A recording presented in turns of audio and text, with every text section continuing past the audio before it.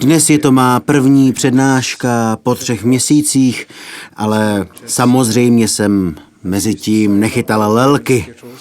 Vůbec žádné lelkování to nebylo, protože stále vyučuji v našem klášteře v Serpentine ostatní mnichy a novice, taky Anagariky a též sestry z kláštera Dhammasara.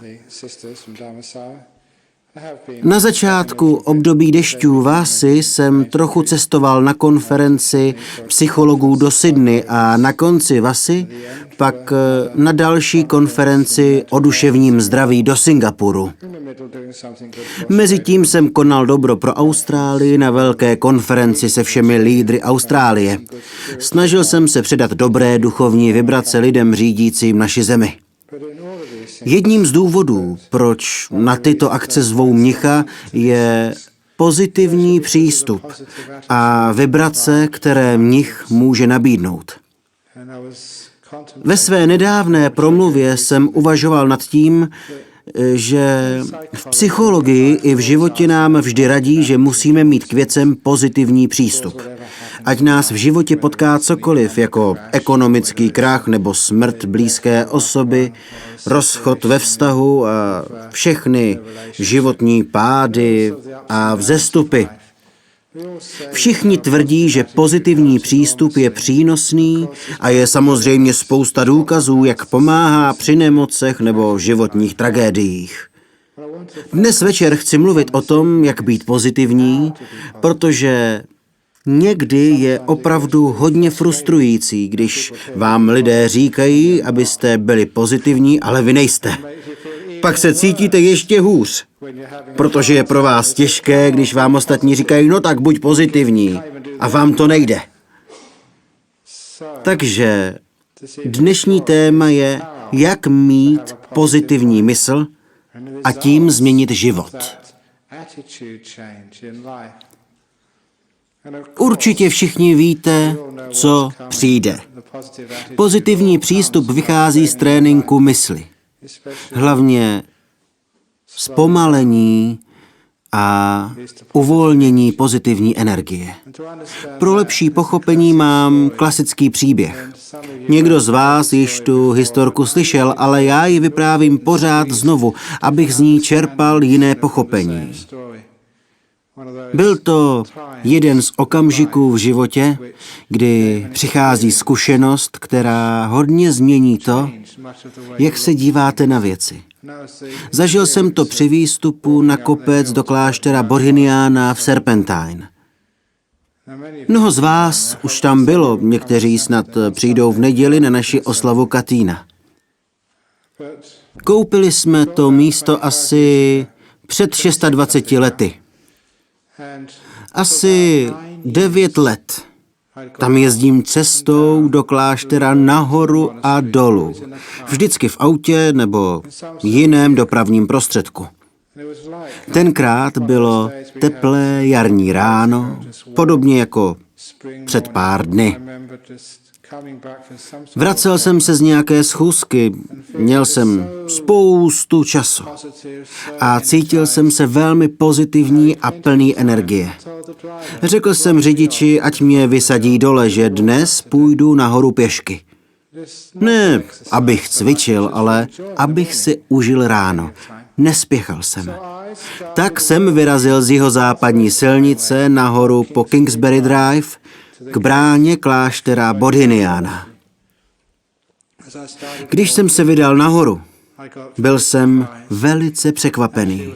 Popravdě řečeno, byl jsem šokovaný. Rozhlížel jsem se kolem a nepoznával jsem to místo.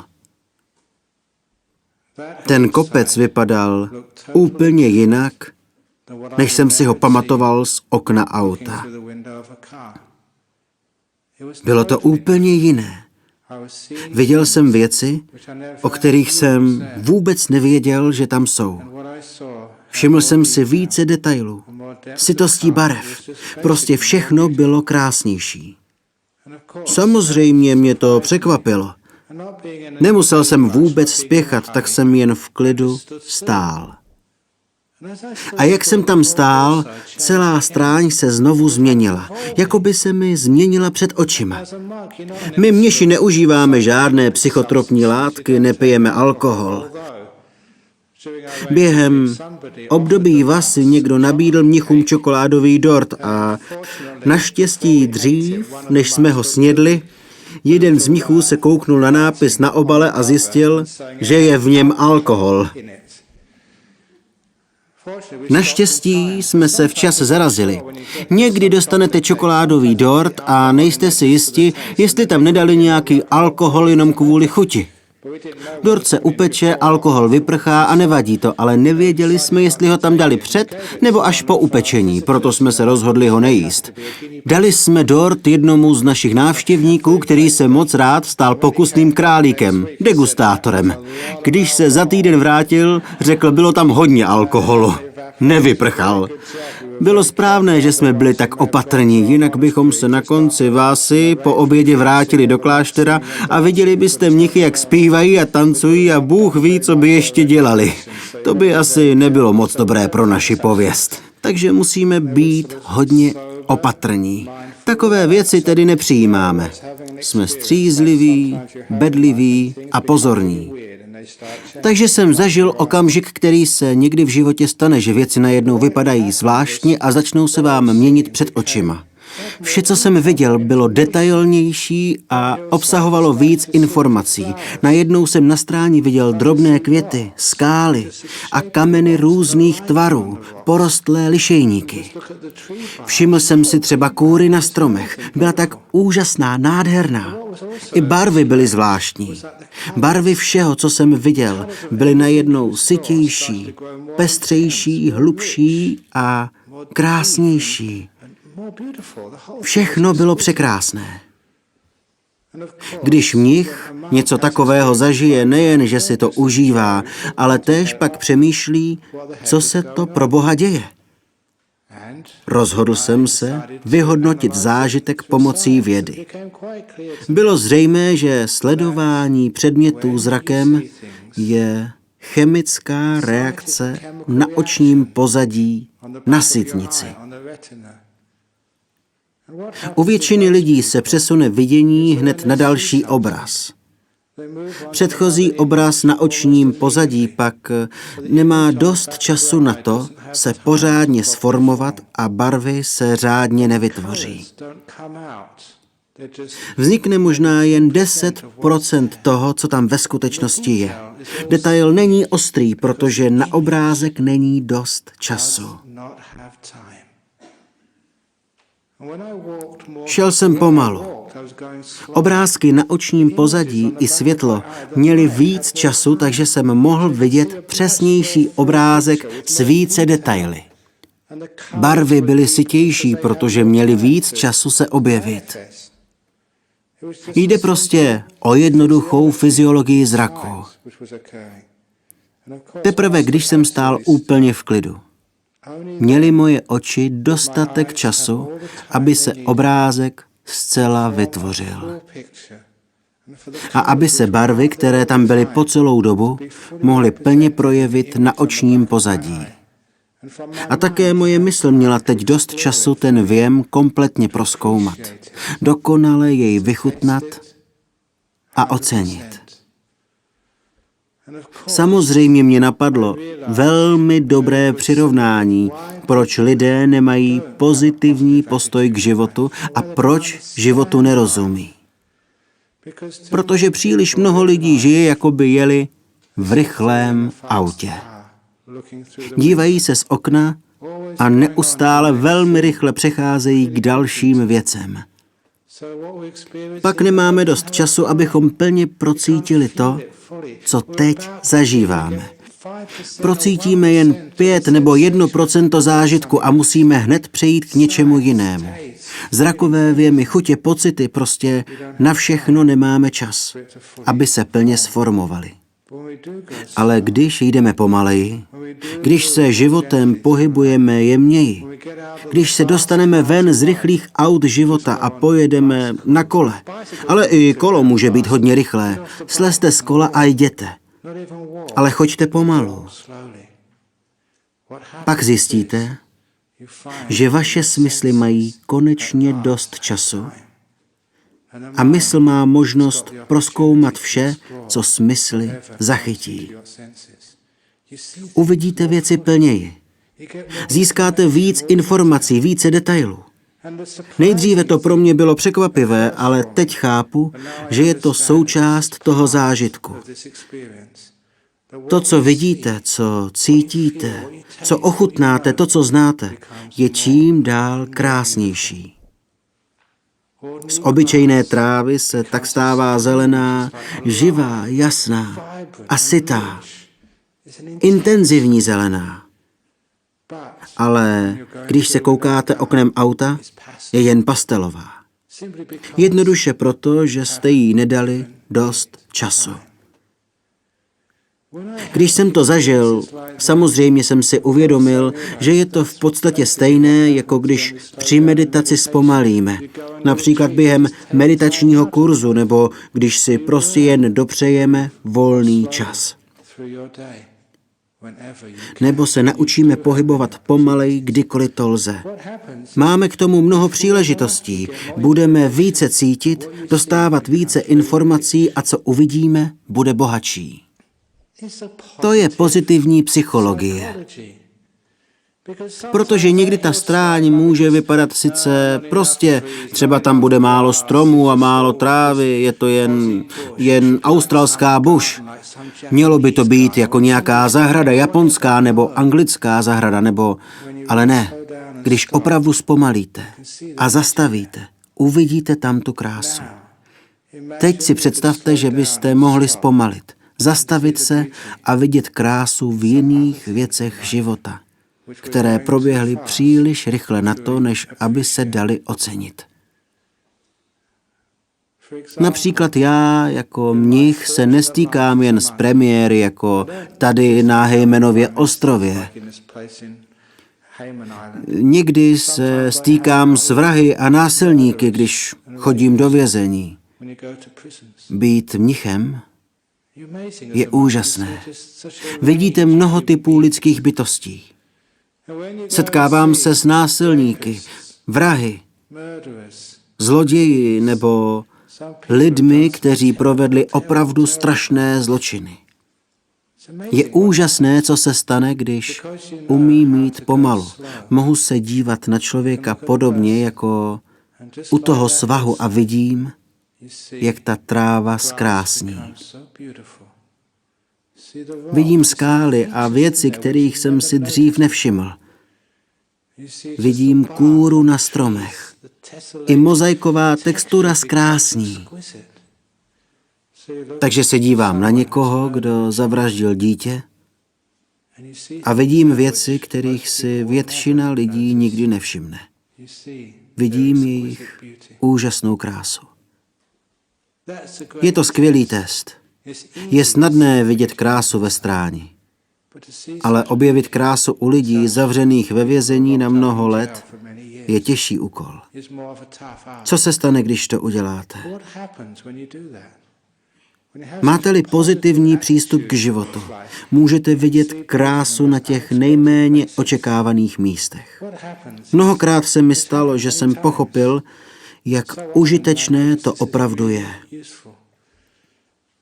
Vězeň, vrah nebo násilník pak cítí, že ho někdo respektuje.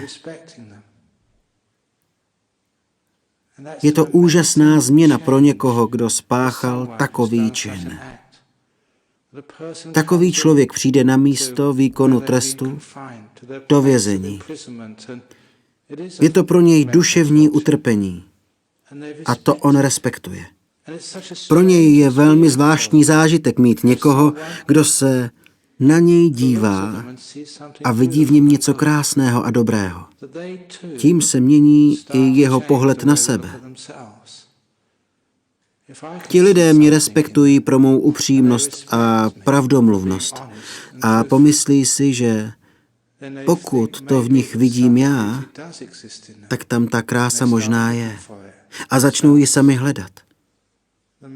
Vrah začne vidět jinou část své osobnosti. tu pěknou část.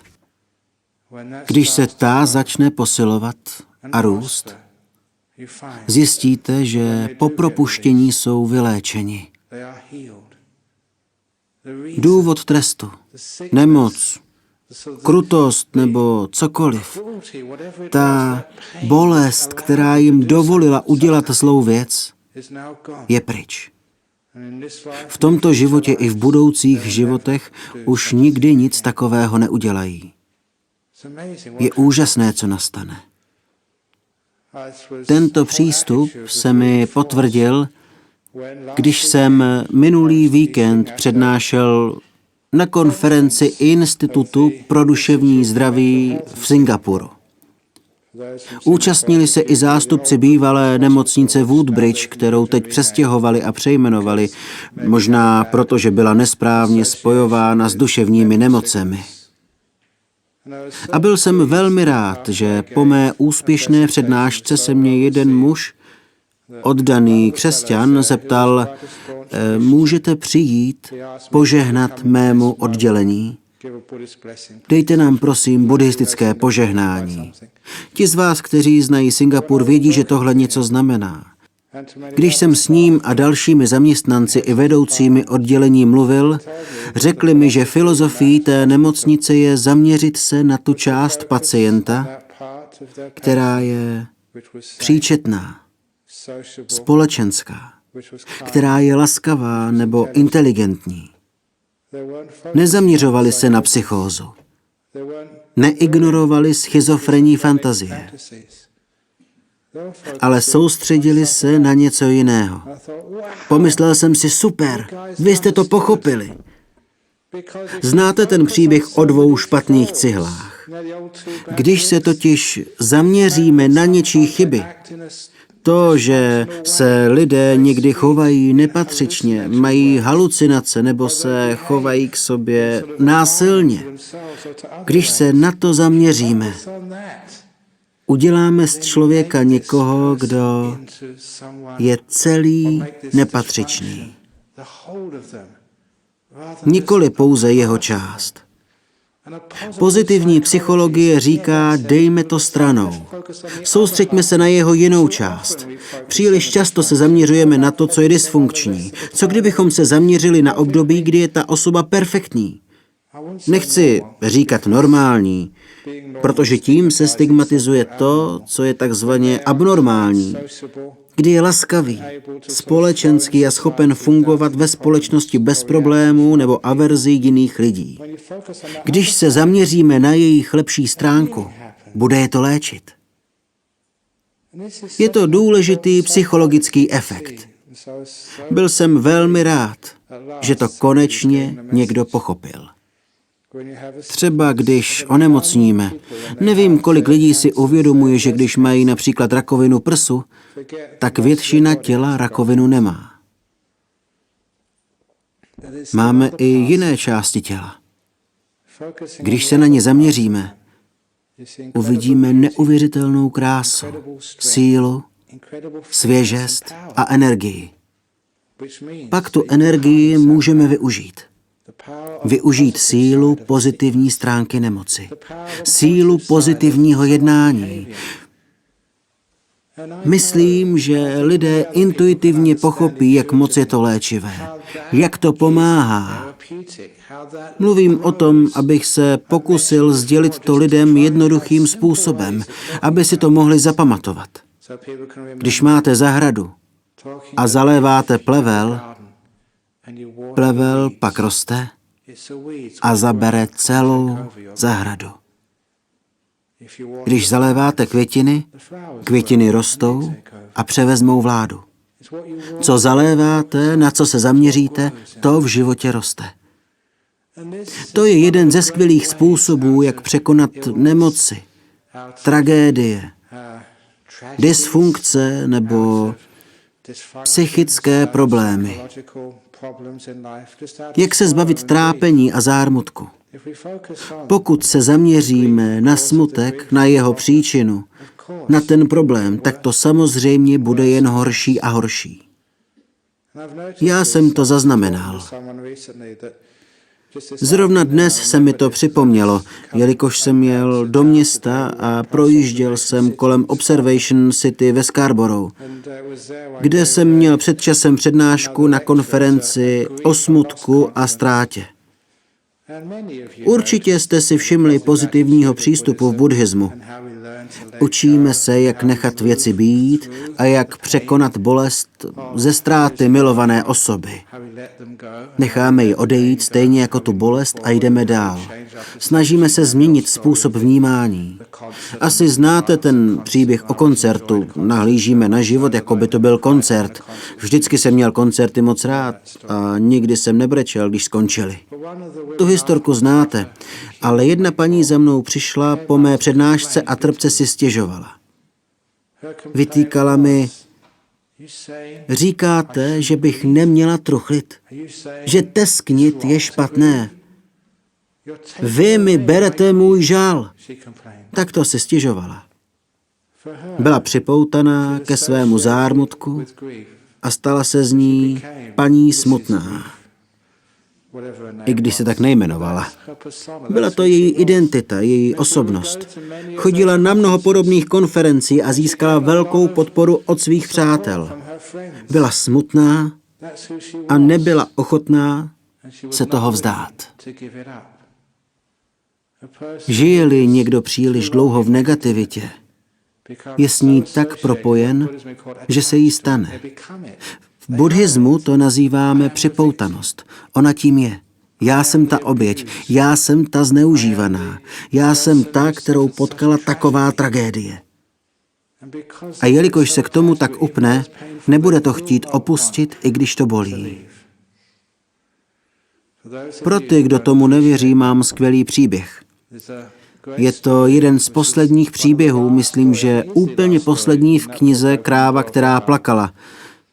Vlastně jsem ho už dlouho na veřejnosti nevyprávěl. Je to historka o červu v hromadě hnoje. Bylo, nebylo. Vlastně pojďme ještě dál do minulosti.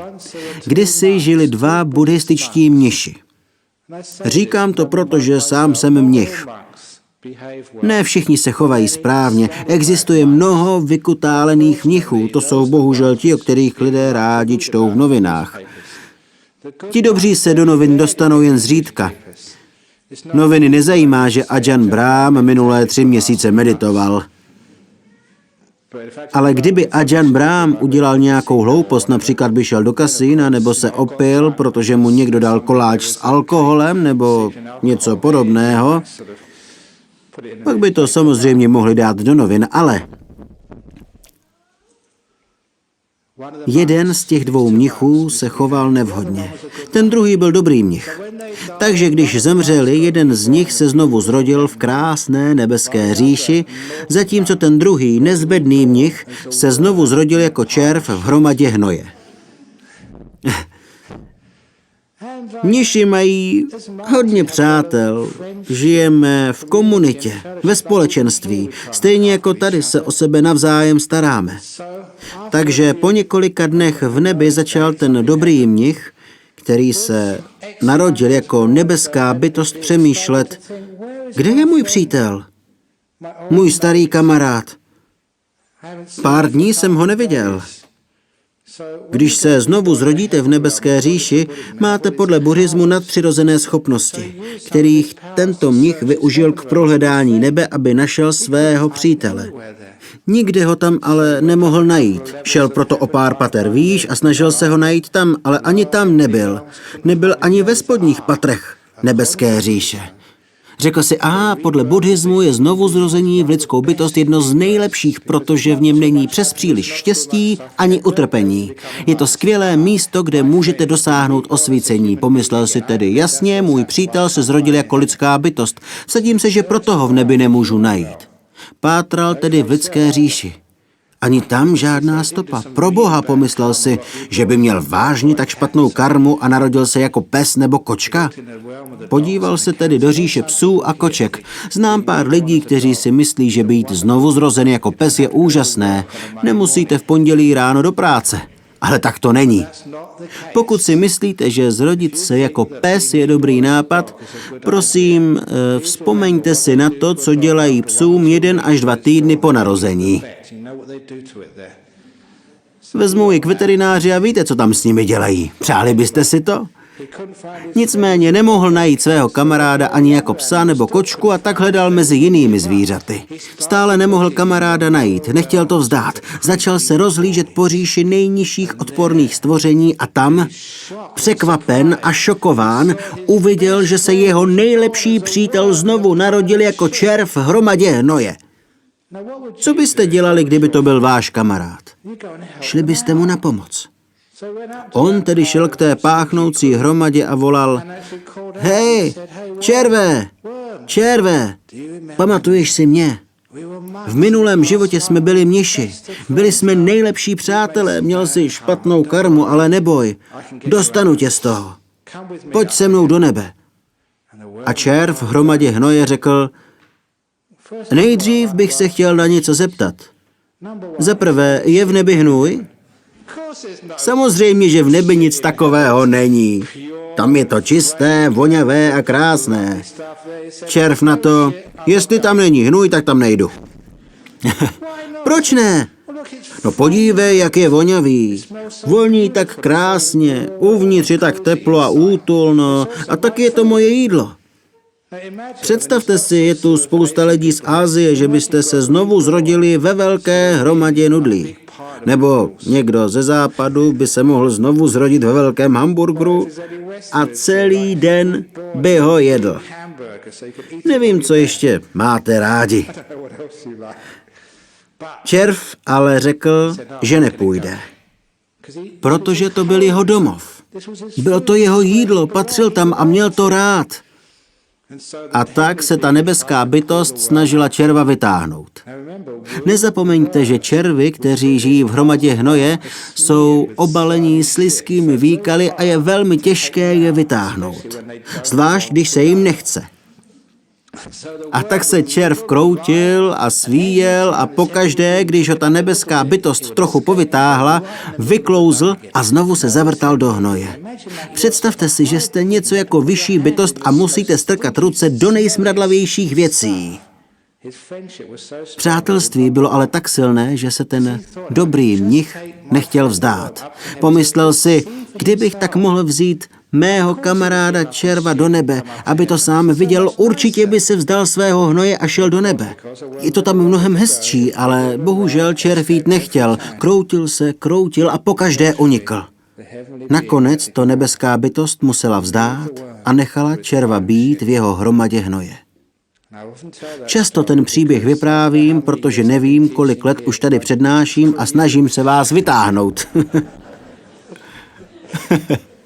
Chtěli byste vytáhnout? Někdy vás v pátek večer trochu povytáhnu a než jdete domů, jste v tom zase zpátky. To se stalo i té dámě, kterou ovládl zármutek.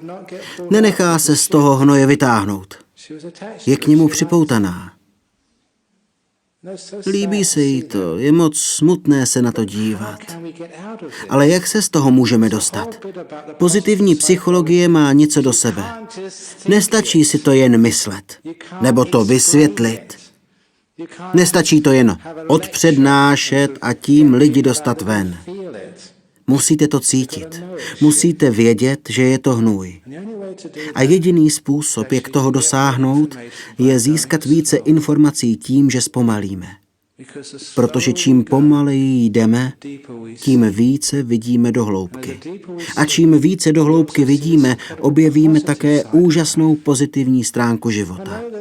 Vím, že lidé v Singapuru i psychologové v Sydney říkají, že jedna z největších epidemií není AIDS nebo rakovina, ale deprese.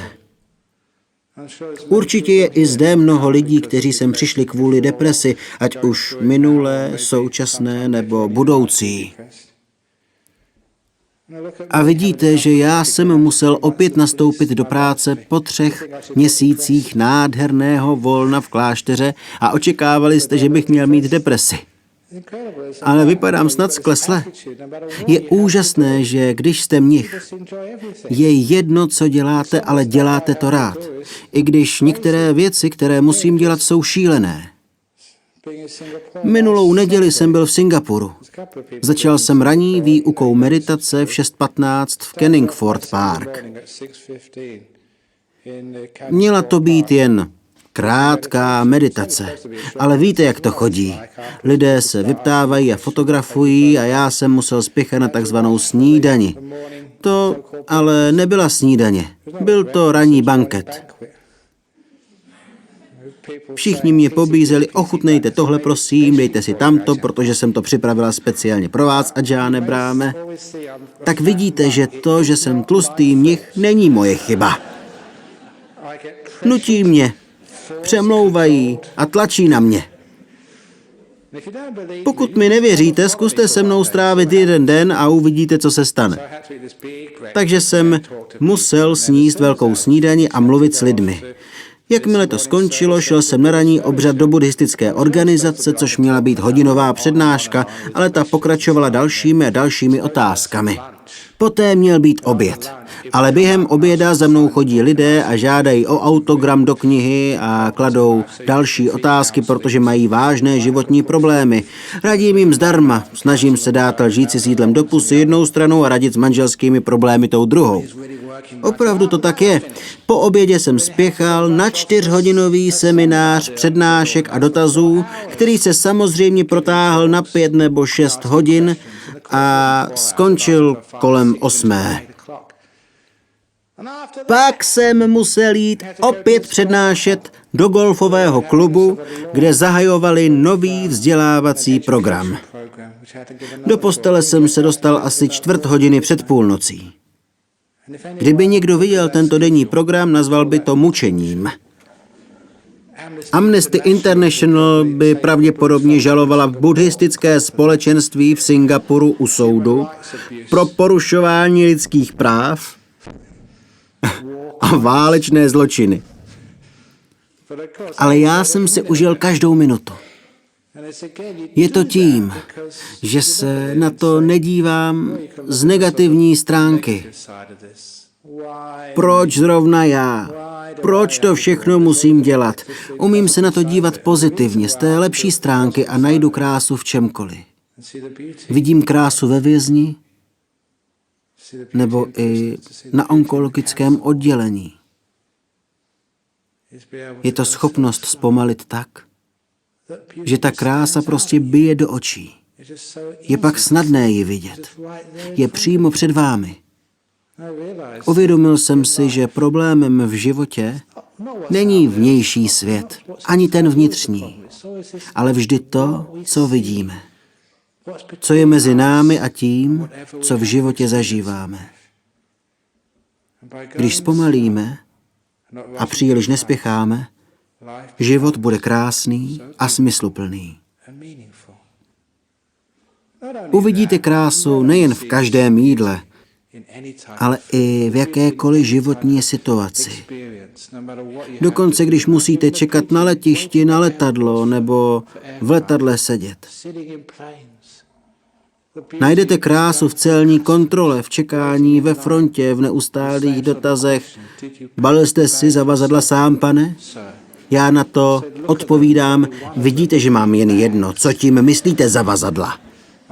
Cestuji na lehko. Tím vším si musím projít, ale užívám si každý moment, mám-li pozitivní přístup. A život se stane neuvěřitelně krásný a hezký bez ohledu na to, co musím dělat. Ten pozitivní přístup pramení z toho, že v životě trochu zpomalíme. Pak uvidíme, že krása je tu pořád.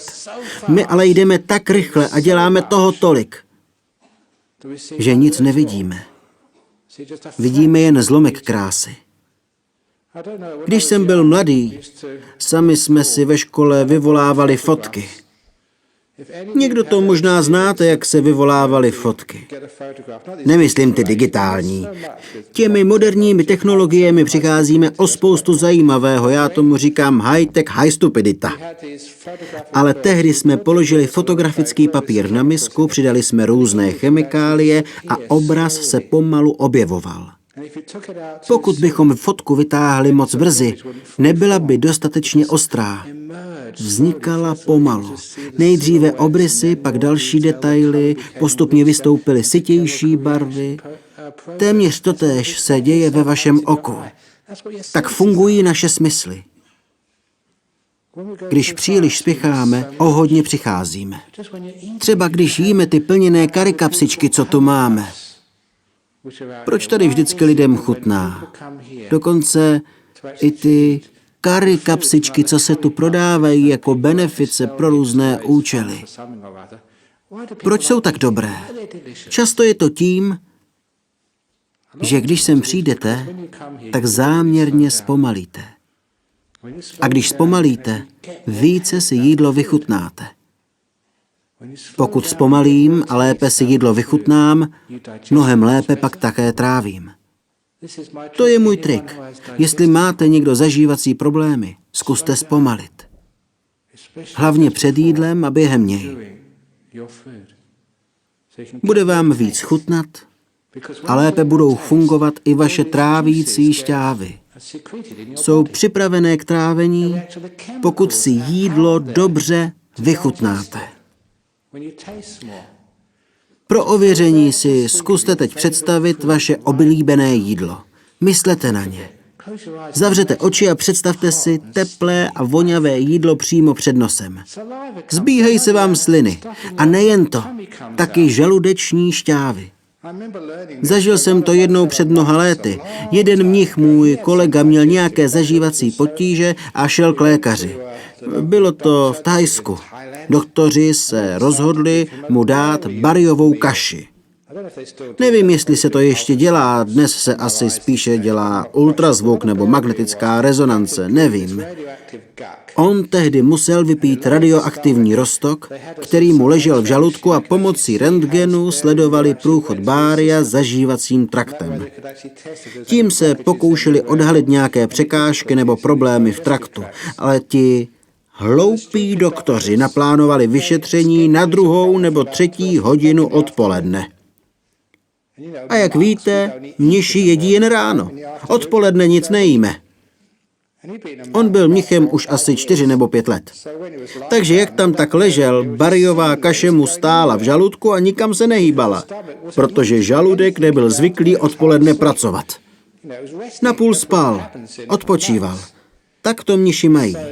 Takže mnich vypil tu látku, doktoři, sestry a technici kolem ní stáli a nemohli nic vyšetřovat, protože bariová suspenze tam prostě ležela. Až teprve jedna sestřička, moc chytrá dívka, mu řekla: mnichu, pomyslete na své oblíbené jídlo. Ležel na zádech a jakmile myslel na své oblíbené jídlo, bariová kaše se rozpohybovala všemi směry. Stačila pouhá myšlenka, aby se celý systém rozeběhl. Pokud nemyslíte na jídlo, ale na televizi, nebo hledíte na obrazovku, nebo mluvíte s dalšími lidmi u stolu, jak si pro Boha myslíte, že asi váš žaludek a trávící šťávy fungují? To je jeden z důvodů, proč mniši jedí vždycky mlčky. Snažíme se soustředit na jídlo.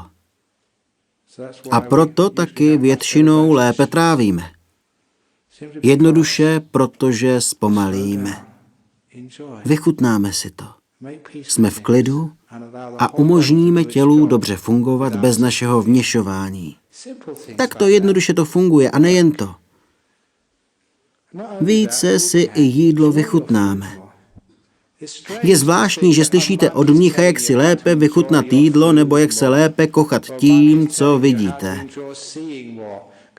Protože někdy si lidé myslí, že by mniši měli učit, jak nebýt k věcem připoutaný. Ale tak to nefunguje. Buddhismus je cestou stále rostoucího štěstí, které však pramení z klidu, z přirozeného štěstí, nikoli z vynuceného štěstí. Proto zbožňuji být mnichem a jsem šťastný mnich. Užívám si to a ostatní mniši u nás v klášteře jsou také šťastní. Každý rok jich přichází více, ale odkud pochází ten pozitivní přístup, to štěstí? Pochází z klidu. Začnete vidět krásu ve věcech, ale nejdůležitější na této pozitivní psychologii vycházející z ticha je to, že začnete vidět pozitivní stránku sám v sobě. Pohlédnete na sebe a zjistíte, že jste neskutečně krásná osobnost. Lidé si řeknou, jsem krásný člověk, do háje nejsem. To si většina lidí ve skutečnosti myslí. Za mnou mnichem chodí lidé, aby si promluvili a probrali své problémy. Je velmi vzácné, když přijde člověk a je sám se sebou v míru. Lidé si vždycky myslí, že je s nimi něco špatně a většinou něco hodně špatně. A trvá to věky. Roky a roky mluvím s lidmi a snažím se je přesvědčit, že jsou v pořádku. Ale já chci jít mnohem dál. Jste nádherní. Uvnitř vás je vždy něco neuvěřitelně pěkného. Už jsem to říkal, ale před pár týdny byl den Johna Curtina. Je to každý rok 6. nebo 7. října. Výročí, kdy John Curtin zemřel nebo byl zvolen premiérem. A před 4 lety v tento den mi Univerzita Johna Curtina udělila medaili. Cenu Johna Curtina za službu společnosti, za dobrou práci pro druhé lidi. Následující rok, co jsem cenu získal, jsem si řekl, že když se lidé přišli podívat na předávání mé ceny, půjdu zase já se podívat na druhé. Tak jsem se rozhoupal a doufal, že jen splním povinnost, ale pak jsem žasl nad tím, co jsem tam viděl. Protože jsem viděl lidi, kteří vykonali spoustu dobra pro svět a naši zemi a byli za to oceněni. Každý rok jsem byl v úžasu nad tím, kolik toho lidé dávají a pomáhají druhým. Inspirovalo mě to a tak jsem tam chodil každý rok. Před pár týdny tam byla paní, která odvedla spoustu dobré práce pro druhé v okolí Kalamundy, ale když přebírala svou cenu, ve svém projevu řekla, nevím, proč jsem tu cenu získala zrovna já. Je spousta jiných lidí, kteří by si ji zasloužili mnohem více než já. Dokonce v mém týmu pracují někteří lidé mnohem více. Já jsem to sice založila a vedla, ale říkala úplně stejné věci a já si pomyslel, a máme to tu zas. Proč nejste schopna vidět, že si tu cenu zasloužíte? Protože když jsem poslouchal, co tato úžasná žena vykonala, kolik toho dala a obětovala, jak moc pomáhala bez nároku na odměnu po celých 30 nebo 40 let života. Říkal jsem si, že ona si tu cenu skutečně zaslouží. Ale myslíte, že řekla, že si ji zaslouží? Ne. Udělal jsem to též, když jsem cenu přebíral já. Za co mi ji pro Boha dáváte? Spousta jiných lidí toho dělá mnohem více než já. Ani já jsem nedokázal vidět krásu sám v sobě. Ve skutečnosti jsem tam měl vystoupit a říct, děkuju vám mnohokrát, já si tu medaili zasloužím. Je to pravda, zasloužil jsem si ji. A ona taky. Proč nedokážeme přijmout chválu?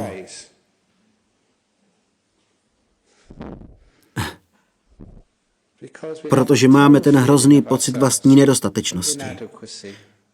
Něco nám vtlouklo do hlavy, že vždy máme přiznat své chyby, ale odmítnout své lepší stránky. Není divu, že lidé jsou tak nemocní. Když uděláme chybu, myslíme na ní, máme výčitky, snažíme se to odčinit. Když uděláme něco dobrého, řekneme si, ne, to je normální, byl bych namyšlený, kdybych si pořád připomínal své lepší stránky. Nebudete namyšlení, když si připustíte, přijmete a uznáte pochvalu, kterou vám dají. Budete mít velké srdce, nikoli velké ego, ale velké srdce. To je symptom toho, čemu říkáme nedostatek sebeúcty. Neschopnost vidět sám sebe tak, jak vás vidí ostatní. Pochválit se, vážit si sám sebe a vidět v sobě krásu. To se stane, když se sklidníte a stišíte. Neuvidíte jen krásnou trávu ve stráni, když zpomalíte a pohlédnete na sebe. Budete naprosto ohromeni, kolik krásy uvnitř sebe uvidíte. Nikdy jste si toho nevšimli, protože žijete příliš rychle, než abyste to viděli.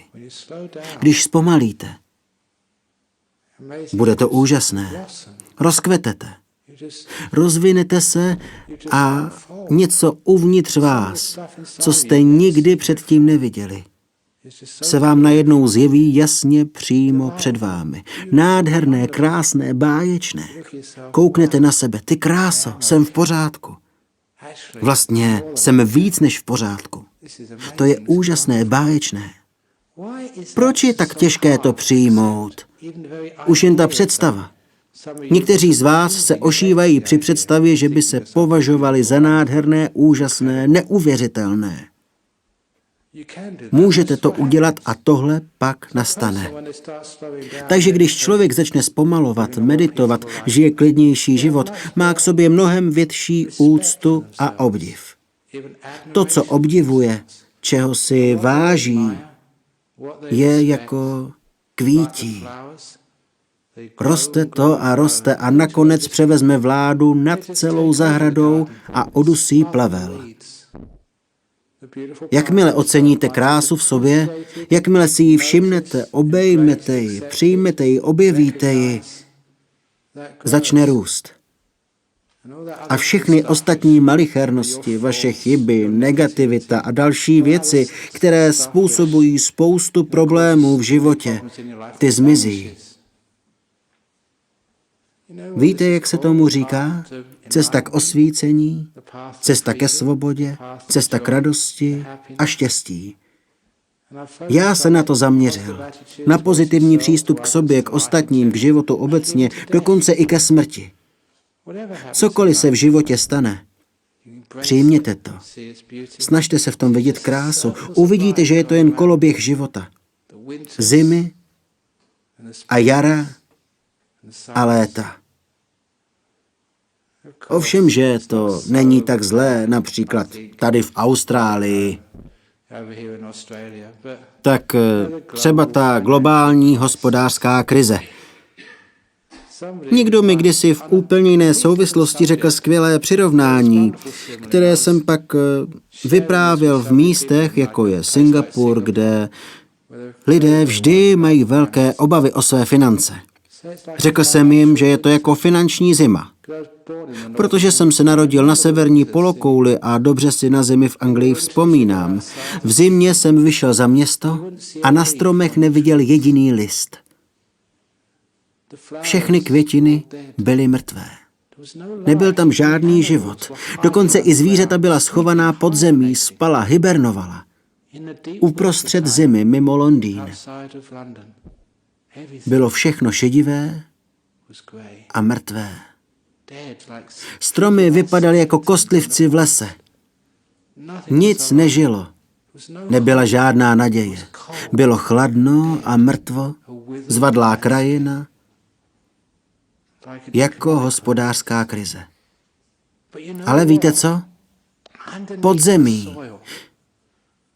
Věděl jsem to, protože jsem to už tolikrát viděl. Pod tou zemí byla semínka, zvířata, život. Mocný život, který vyčkával. Čekal na svůj čas, na teplo, na trochu deště, aby vyrašil.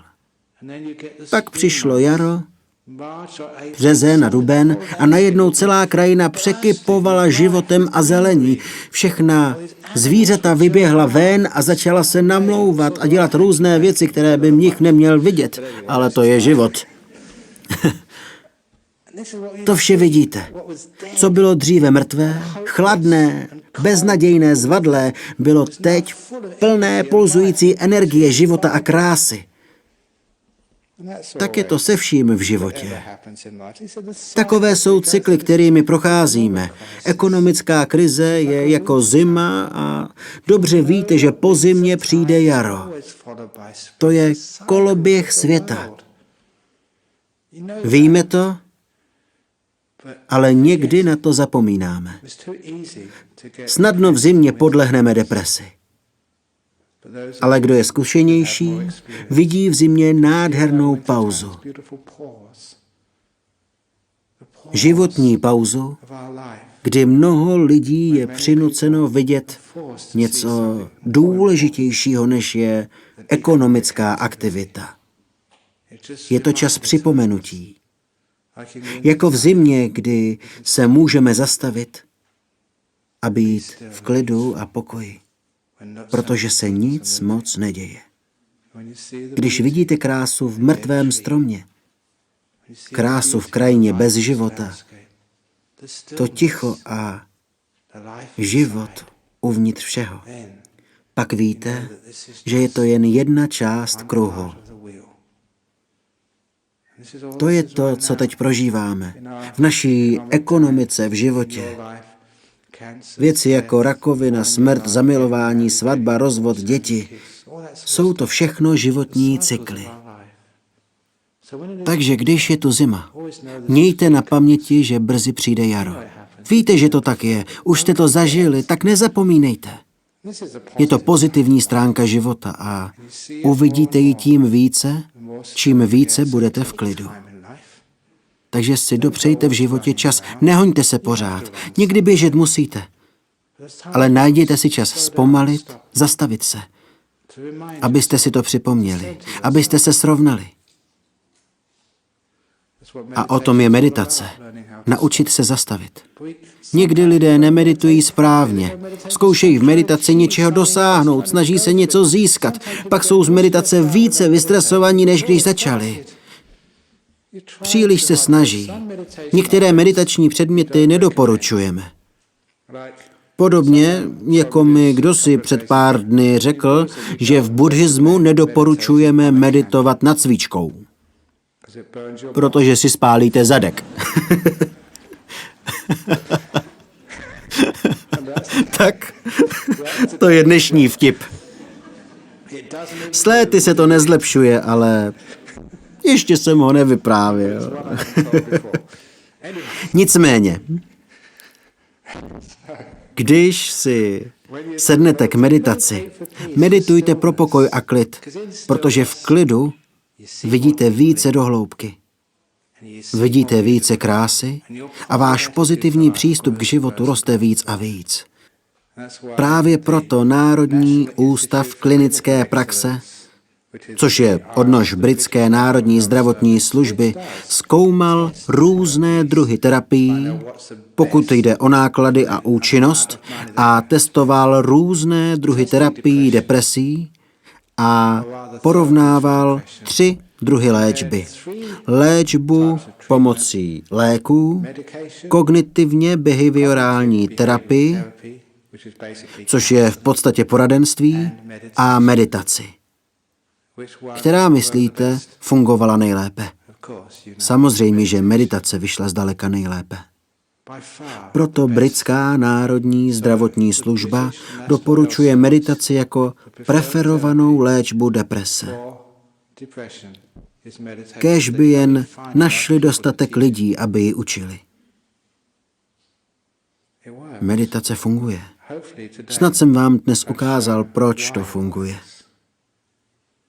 Sklidnění odhalí krásu, sílu a energii. A s tou silou, energií, pozitivitou a krásou, páni, nejen, že vyléčíte depresi, ale půjdete a vytvoříte nádherný svět. Oceníte vlastní krásu, budete schopni navštívit vězně ve věznici a vidět, jak se mění jako katarze. Pokud to dokážete s vězni, násilníky, s vrahy, co teprve můžete udělat s ostatními lidmi? Co můžete učinit se sebou, abyste se zahojili, abyste rostli, abyste se vymanili z hromady hnoje jednou provždy a odešli do nebe? Takto se stáváme pozitivními. Děkuji vám za pozornost.